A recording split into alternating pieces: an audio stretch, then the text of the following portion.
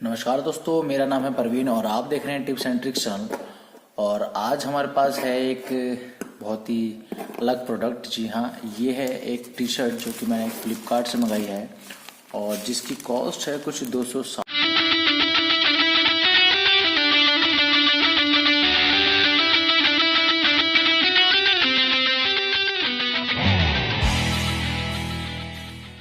रुपये और मुझे पड़ी है ये 300 रुपये की डिलीवरी चार्ज समेत, यानी कि 40 रुपये डिलीवरी है।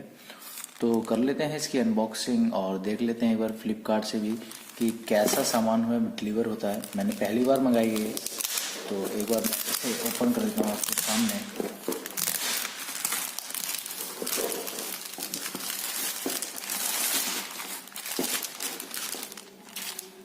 इस पर जो प्रिंट रेट है वो है 799, लेकिन ये इतने की है नहीं। ये है कुछ 260 रुपये की टी शर्ट। और इससे पहले भी मैंने एक साइज़ मंगाया था, वो लार्ज था और ये एल साइज़ है, इसलिए मुझे ये वापसी करानी पड़ी।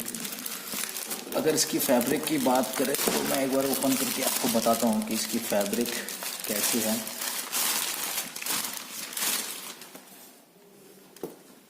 कॉटन की है ये टी शर्ट और ठीक ठाक है।